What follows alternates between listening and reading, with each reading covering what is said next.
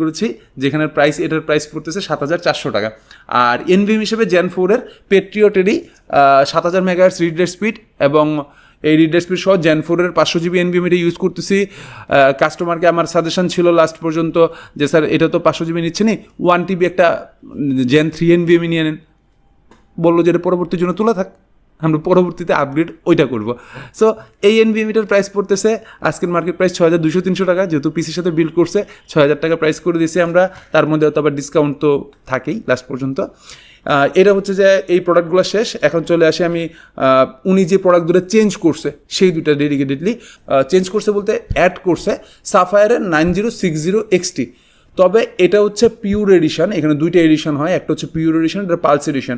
তো pure addition যেটা আছে এটার সম্ভাবনা আপনাদের থাকবে না, বিকজ আমি এই কার্ডটা অ্যারেঞ্জ করছি অনেক কষ্ট করে, একজনের কাছে এক পিস ছিল, আমি অনেক কষ্ট করে অ্যারেঞ্জ করছি। এটার